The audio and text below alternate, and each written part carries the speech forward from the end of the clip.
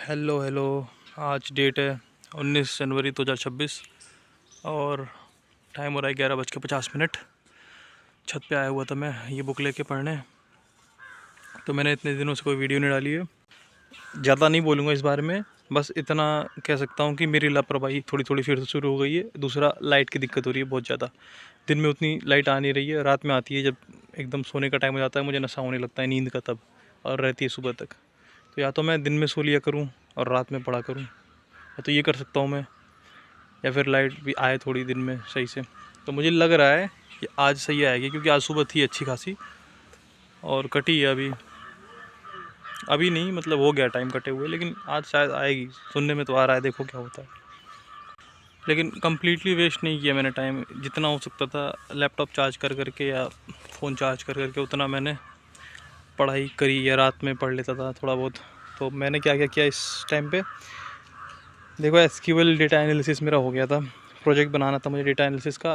तो मैंने एक स्विगी का डेटा सेट उठाया। स्विगी जो ऑनलाइन फूड डिलीवरी प्लेटफॉर्म है ना, उसका डेटा सेट उठाया है। उस पर मैं डेटा एनालिसिस परफॉर्म कर रहा हूँ। और उसको करने के बाद तब मैंने जो एक प्रोजेक्ट डिस्कस किया था डेटा साइंस का, कि रिटेल सेंटिमेंट एनालिसिस। उसमें यह था कि सोशल मीडिया प्लेटफॉर्म से हम रिटेल ट्रेडर या रिटेल आदमी क्या सोच रहा है, इंसान किसी एसेट के बारे में या किसी कंपनी के बारे में, किसी स्टॉक के बारे में, उसकी पोस्ट उठाएंगे, उसके वर्ड्स को एनालाइज करेंगे और उसका सेंटिमेंट बताएंगे, ये ओवरऑल बुलिश है या नेगेटिव है, क्या है। तो ये प्रोजेक्ट जो मेरा था, इस पे वर्क करूँगा। पहले ये मेरा हो जाए, ये वाला स्विगी का जो डेटा सेट एनालाइज कर रहा हूँ, ये हो जाएगा आज में, ठीक है। आज शायद लाइट सी आएगी तो मैं ये वाला काम कर लूँगा। उसके बाद टैब्लू मुझे सीखना था। टैब्लू मैंने थोड़ा थोड़ा सीखा था पहले, बीच में वीडियो में भी बताया रखा था। तो उसको मैं 2 या 3 दिन में पूरा सीख लूँगा, बस लाइट सही आए। अगर नहीं भी सही आएगी तो मैं कोशिश करूँगा रात में जाग के मैं कर लूँ उसको, कैसे ना कैसे करके। तो टैब्लू ख़त्म होती है, मेरा पूरा स्टैक तैयार हो जाएगा डेटा एनालिसिस का, उसके और डेटा विजुअलाइजेशन का। उसके बाद मैं अच्छे से पूरा एग्रेसिवली जॉब के लिए अप्लाई करूँगा। मतलब मैं जॉब रेडी हो चुका रहूँगा, क्योंकि प्रोजेक्ट भी हो गए हैं मेरे। बस एक तो कर रहा हूँ डेटा एनालिसिस का, वो स्विगी डेटा सेट वाला। टैब्लू में भी हो जाएगा ट्यूटोरियल के साथ साथ यार। और उसके बाद यार वो वाला जो प्रोजेक्ट है सेंटिमेंट एनालिसिस वाला, वो तो लंबा चलेगा, वो करीब 1 महीना 1.5 महीना चलेगा। तो उसको मैं बाद में रेज्यूमे में ऐड करूँगा तब तक। और मैं अपने ट्रेड्स की अपडेट देता हूँ, क्या किया था मैंने। क्या हुआ पिछले वीक ना, मैंने बहुत फोमो कर दिया। मेरा एक मिस हुआ ट्रेड, तो मेरे से एक्सेप्ट ही नहीं हुआ कि कैसे मिस हो सकता है। तो मैं लोअर टाइम फ्रेम में जाके एंट्री ढूंढने लग गया उसमें। तो उसमें मेरा करीब 2% का लॉस हुआ था। लेकिन फिर मैंने अगले 1-2 दिन बाद उसको मैंने एकदम पेशेंस के साथ एक अच्छा सेटअप ढूंढ के पूरा रिकवर कर लिया था। तो अभी मेरा अकाउंट वही जो पहले था, 1% ड्रॉ डाउन, उसमें उतने में ब्लूबेरी वाला 5K का 1% नहीं, 1.4% ड्रॉ डाउन में है क्या शायद, हाँ। तो ये तो इस वीक रिकवर हो जाएगा, और कोशिश करेंगे इसी वीक पास हो जाए, या फिर अगले वीक तक पास हो जाए। कोशिश करेंगे फेज़ 1 कम से कम। बहुत ज़्यादा टाइम लेना ठीक नहीं है परफॉर्म में, मैंने ये चीज़ रियलाइज़ करी है। बहुत ज़्यादा टाइम लेने का मतलब है परफॉर्म में कि एक लूप की तरह फंसे रहो इसमें, बस डर डर के जीते रहो। नहीं भाई, 1% 2% रिस्क लो, और 2% 3% टारगेट लो, निकलो बाहर। या तो ब्रीच कर दो या तो पास कर दो। मैंने इसका चैप्टर नंबर 7 पढ़ा था, पहले उस चैप्टर नंबर 7 के बारे में बता देता हूँ, फिर आगे पढ़ता हूँ चैप्टर नंबर 8 इसका। तो ये गोल्ड का चार्ट है। अभी फ़िलहाल अपने यहाँ 12:05 हो रहे हैं। वहाँ पे देखता हूँ कितना टाइम हो रहा है एनवाई में। 1:35। एनवाई में 1:35 हो रहे हैं, ठीक है। यानी कि लंदन शुरू होने वाला है, ठीक है। तो आज बहुत बड़ा गैप अप ओपन हो गया गोल्ड, और आज मंडे है। ऊपर से मैंने फॉरेक्स फैक्ट्री पे चेक किया था सुबह सुबह कि आज यूएस में बैंक हॉलीडे है। तो मुझे लग नहीं रहा इसमें कुछ अच्छा सिनेरियो बनेगा। तो अभी मैं कुछ नहीं कह सकता इसमें, क्योंकि बैंक हॉलीडे, ऊपर से मंडे, ऊपर से इतना बड़ा गैप अप, और 1 आवर में स्ट्रक्चर इसका एकदम रेंजिंग में है अभी फ़िलहाल। तो मैं कुछ नहीं कह सकता, एकदम अनसर्टेनिटी के साथ देखूंगा फ़िलहाल मैं इसको। इसमें कुछ भी हो सकता है फ़िलहाल। तो कुछ बनेगा बाद में तो देखूंगा मैं। फ़िलहाल कोई व्यू नहीं है, और एनवाई सेशन में ही देखूंगा। कोई व्यू नहीं है फ़िलहाल मेरा। ओवरऑल तो मैं बुलिश ही हूँ इसमें, मेरा बायस ओवरऑल बुलिश ही है। देखते हैं बाद में क्या बनता है गोल्ड में। तो अभी मैं बुक के बारे में बात करता हूँ, chapter number 7 trading in the zone. The traders edge, ये नाम है चैप्टर का। चैप्टर नंबर 7 कहाँ गया, ये रहा, the traders edge, thinking in probabilities. ठीक है, तो प्रीवियस चैप्टर में बात किया था हमें कि हमको मार्केट को एक अनसर्टेन वे में मतलब देखना होगा कि यहाँ पे हर एक मोमेंट, हर एक सेकंड अनसर्टेन है, यहाँ पे कुछ भी फिक्स नहीं है, यानी कि कभी भी कुछ भी हो सकता है यहाँ पे। यानी कि हम मार्केट के साथ कोई एक्सपेक्टेशन नहीं जोड़ सकते कि अगर इस ऑर्डर ब्लॉक से उठा है तो इस ऑर्डर ब्लॉक तक जाएगा, क्योंकि हमें नहीं पता क्या होने वाला है। तो हमको मार्केट को एक न्यूट्रल वे में, एक अनसर्टेन वे में अप्रोच करना पड़ेगा ताकि हम प्रोबेबिलिटीज़ के टर्म में सोच पाएँ। ठीक है, देखो मार्केट में कैंडल्स कैसे बनती हैं। चलो मान लो कोई नया चार्ट है जो आज तक कभी मार्केट में नहीं आया, ठीक है, पहली बार मार्केट में आया, उसमें पहला ट्रेडर मैं हूँ। ठीक है, मैंने उसमें बाई किया, यानी कि पहली कैंडल जो उसमें बनेगी ग्रीन की बनेगी। अब मान लो दूसरा ट्रेडर तुम हो, ठीक है, दूसरे ट्रेडर तुमने उसमें सेल कर दिया। ठीक है, अब मेरी जो बाई की पोजीशन थी उसके अपोजिट, जिससे ग्रीन कैंडल बनी थी उसके बगल में ही उसके अपोजिट में एक रेड कैंडल बन जाएगी, यानी कि जो बाई और सेल था वो दोनों कैंसिल हो गए, यानी कि एकदम वो हो गया, नलीफाई हो गया। यानी कि जो नेट चेंज आया मार्केट में, जो ओवरऑल चेंज आया वो ज़ीरो है। अभी तक मार्केट में कोई बाइंग सेलिंग नहीं हुई है ओवरऑल। ठीक है, तो अब आते हैं असली चार्ट पे। देखो कोई बंदा अगर बाई करता है तो उसके हिसाब से वो एक डिस्काउंट जोन में बाई करता है, यानी लो पे बाई करता है। कोई बंदा सेल करता है तो उसके हिसाब से वो प्रीमियम जोन में सेल करता है, यानी कि वो हाई पे सेल करता है।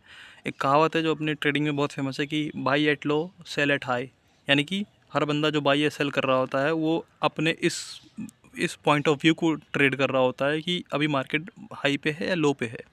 तो हर बंदा अपने अपने एक हाई और लो पे ही ट्रेड कर रहा होता है। ठीक है, तो लोग जो है अपना आइडिया ऑफ हाई और लो को ट्रेड करते हैं। अब समझते हैं मार्केट में दो टाइम पे मार्केट सेम क्यों नहीं हो सकता। देखो अगर मार्केट में दो कंडीशन सेम होंगी तो वहाँ पे नंबर ऑफ़ ट्रेडर जितने पहले वाले कंडीशन में थे उतने ही दूसरे वाले कंडीशन में होने चाहिए। जितने ऑर्डर पहले वाली कंडीशन में लगे थे उतने ही ऑर्डर अगली वाली कंडीशन में लगने चाहिए। सबके बाई और सेल जहाँ पे लगे थे, जिस टाइम पे जितने लॉट से लगे थे पहले वाली पोजीशन पे, उतने ही अगली वाली कंडीशन में लगनी चाहिए। तब जाके दो कंडीशन मार्केट में सेम होंगी। कहने का मतलब ये है, ओवरऑल शायद मैं अच्छे से कन्वे नहीं कर पा रहा हूँ कि मार्केट में दो कंडीशन कभी सेम नहीं होती हैं। अलग अलग लोग आते रहते हैं अलग अलग आइडिया लेके कि उनके लिए हाई कुछ और होता है, लो कुछ और होता है। सबका आइडिया अलग अलग है मार्केट का, इसीलिए मार्केट में दो कंडीशन कभी सेम नहीं हो सकती। और शायद यही रीज़न है कि कभी कोई कॉन्सेप्ट वर्क करता है तो अगली बार नहीं करता। यानी कि दो चीज़, यानी एक चीज़ अगर है जो वर्क कर रही है तो ज़रूरी नहीं है कि वो अगली बार भी वर्क करेगी, और इसका मतलब ये भी नहीं है कि वो ख़राब हो गई हमेशा वर्क नहीं करेगी। यहीं पे आता है प्रोबेबिलिटी का खेल। तुम्हारा जो भी सेटअप है उसकी एक्यूरेसी मान लो कितनी है, 30%, 40%, 50%, कितनी भी होगी। ठीक है, तो इसको तुम्हें अपने सेटअप को प्रोबेबिलिटी के वे में अप्रोच करना है। अभी अगर तुम्हें कुछ नहीं छेड़ना, स्टॉप लॉस वगैरह कुछ नहीं, मतलब लगा के रखो उसको, बार बार अप डाउन नहीं करना। तुमने ट्रेड एग्जीक्यूट किया, टीपी लगाया, स्टॉप लॉस लगाया, बस छोड़ दो तुम। उसके बाद तुम्हें कुछ नहीं देखना, चाहे तुम्हारा एसएल जाए चाहे प्रॉफिट आए, कोई मतलब नहीं। तुमको प्रोबेबिलिटी खेलनी है सीधा। यानी अगर तुम्हारा विन रेट 30%, 40% है तो तुमको मान के चलना है कि मेरा 10 में से 4 बार मेरा एसएल जाएगा। अब इसका मतलब ये नहीं है कि 10 ट्रेड करूँगा तो उसमें से 10 में से 4 मेरा लॉस जाएगा और मेरा 6 वो हो जाएगा, प्रॉफिट हो जाएगा। ऐसा नहीं होता। सैम्पल साइज़ जो प्रोबेबिलिटी कैलकुलेट करने के लिए सैम्पल साइज़ जो होता है वो सिर्फ 10 पे कैलकुलेट करोगे तो फिर मुश्किल है भाई। बड़ा होना चाहिए, कम से कम 100 ट्रेड 500 ट्रेड में क्या पता तुम्हारा एज प्ले आउट करे अच्छे से। यानी कि तुमको तुम्हारा जो भी सेटअप है उस पर भरोसा रख के ट्रेड लेना है, प्रोबेबिलिटी के वे में देखना है। अपने एज को प्ले आउट होने का मौका दो। मौका कैसे मिलेगा? जब तुम्हारे नंबर ऑफ़ ट्रेड बढ़ेंगे। अब इसका मतलब ये नहीं ओवर ट्रेडिंग कर दो, नहीं। जब तुम्हारे हिसाब से, तुम्हारे सेटअप के हिसाब से कंडीशन परफेक्ट बैठे तब तुम अपना ऑर्डर एग्जीक्यूट करो। कोई डर नहीं, कोई फोमो नहीं, ना तो एसएल छेड़ना है। टीपी एक रीज़नेबल रखना है, बहुत इरेशनल नहीं रखना कि रख दिया 1:50, 1:20, ऐसा नहीं भाई। बस तो ऑथर कहता है प्रोबेबिलिटी के टर्म्स में अपने सेटअप को अप्रोच करो, उसको मौका दो प्ले आउट होने का। एक दो लॉस से या 2-3 लॉस से मत घबराओ, होने दो लॉस हो रहा है तो, क्योंकि टाइम आएगा जब तुम्हारा एज अपनी विन वाली उसमें होगा, परसेंटेज में होगा, यानी कि विन वाली रेशियो में होगा। शायद मैं अच्छे से कन्वे नहीं कर पा रहा हूँ पर समझ में आ रहा होगा क्या मैं कहना चाह रहा हूँ। जैसे हम एक कॉइन फ्लिप करते हैं, हेड टेल करते हैं, सिक्का उछालते हैं, तो हमें कोई फ़र्क नहीं पड़ता हेड आ रहा है या टेल आ रहा है। या अगर हम उसमें हेड चूज़ कर रहे होते हैं और टेल आ जाता है तो तो हमें कोई दुख नहीं होता, क्योंकि हमारी कोई एक्सपेक्टेशन जुड़ी नहीं होती है। तो इसी तरह से तुमको मार्केट को भी अप्रोच करना है। हेड आया या टेल आया तुमको फ़र्क नहीं पड़ता, एसएल आया टीपी आया तुमको फ़र्क नहीं पड़ता, तुमको प्रोबेबिलिटी के टर्म में खेलना है, बस इतना है। उसके बाद ऑथर ने कुछ रूल्स बताए थे, तो ऑथर ने ये 5 रूल बता रखे हैं। पहला, एनीथिंग कैन हैपन, यानी मार्केट में कुछ भी हो सकता है। दूसरा है कि पैसा कमाने के लिए तुम्हें ये जानने की ज़रूरत नहीं है कि आगे क्या होने वाला है। तीसरा है कि there is a random distribution between win and losses, यानी कि विन और लॉस का जो डिस्ट्रीब्यूशन होता है वो बहुत रैंडम होता है। यानी कि तुम्हारा ज़रूरी नहीं है कि तुम 10 ट्रेड लो, उसमें से 4 तुम्हारा लॉस हो और 6 के 6 तुम्हारे टीपी थे, ऐसा नहीं होता। वो सैम्पल साइज़ के हिसाब से, सैम्पल यानी नंबर ऑफ़ ट्रेड जितना तुम बढ़ाते जाओगे उसके हिसाब से तुम्हारा विन परसेंटेज और लूजिंग परसेंटेज तब तुम्हें क्लियर होगा कि कितना परसेंट तुम्हारे एज की एक्यूरेसी है, यानी तुम्हारे सेटअप की एक्यूरेसी है। तो टाइम दो अपने ट्रेड को, प्रोबेबिलिटी के साथ अप्रोच करो, तब तुम्हें धीरे धीरे क्लियर होगा। और चौथा, ऑथर बोल रहा है कि एक एज जो होता है वो कुछ नहीं है बल्कि एक इंडिकेशन है, यानी कि एक सिग्नल, एक तरह से एक सिग्नल है कुछ होने का ओवर अनदर थिंग, यानी कि बाई या सेल में जाने का। फॉर एग्जांपल तुम्हारा एज बन रहा है, फिलहाल सेटअप बन रहा है तुम्हारा बाई का, तो वो एक तुम्हारा जो जितनी चीज़ वेरिएबल्स तुम, जितने फैक्टर्स तुम कंसिडर कर रहे हो अपने सेटअप में, तो वो बस एक इंडिकेशन है, ये बता रहा है कि मार्केट अब बाइंग में जाने वाला है, सेलिंग में नहीं। तो एज यानी एक सेटअप वो कुछ नहीं है, बस एक सिस्टम है। पांचवा, ऑथर बोल रहा है कि मार्केट में हर एक मोमेंट यूनिक होता है। तो ऑथर कहता है कि ये 5 जो है इसको तुम अपने दिमाग में, दिल में, आत्मा में बस बसा लो, तो तुम फियर से भी बचोगे, फालतू के एक्सपेक्टेशन नहीं होंगे, तुमको एक रेशनल वे में ट्रेडिंग कर पाओगे। तो यही था इसमें। तो ओवरऑल ऑथर चिल्ला चिल्ला के कह रहा है कि प्रोबेबिलिटी के टर्म्स में सोचो, मार्केट में कुछ भी हो सकता है, लॉस से मत घबराओ, टाइम दो अपने ट्रेड्स को, अपने सेटअप को, धीरे धीरे वो प्ले आउट होगा, उस तुम्हें दिखेगा उसका विन रेशियो, लूज रेशियो। तो मैं चलता हूँ, लाइट तो है नहीं, लैपटॉप जितना चार्ज है उससे पढ़ लेता हूँ, उसके बाद देखते हैं कब आती है, क्या पता आए ना आए। चलता हूँ मैं। टाइम 3:04 हो रहा है और मैं जो स्विगी का डेटा सेट एनालाइज कर रहा था उसमें मैंने काफ़ी भारी मिस्टेक्स कर रखी थी, तो मैंने उसको दोबारा से डिलीट करके दोबारा लोड किया है, दोबारा कर रहा हूँ। फ़िलहाल तो लैपटॉप की बैटरी भी लो है यार, तो मैं इसको बंद करूँगा अब। तो मैं बंद कर रहा हूँ लैपटॉप, अभी बैटरी लो है।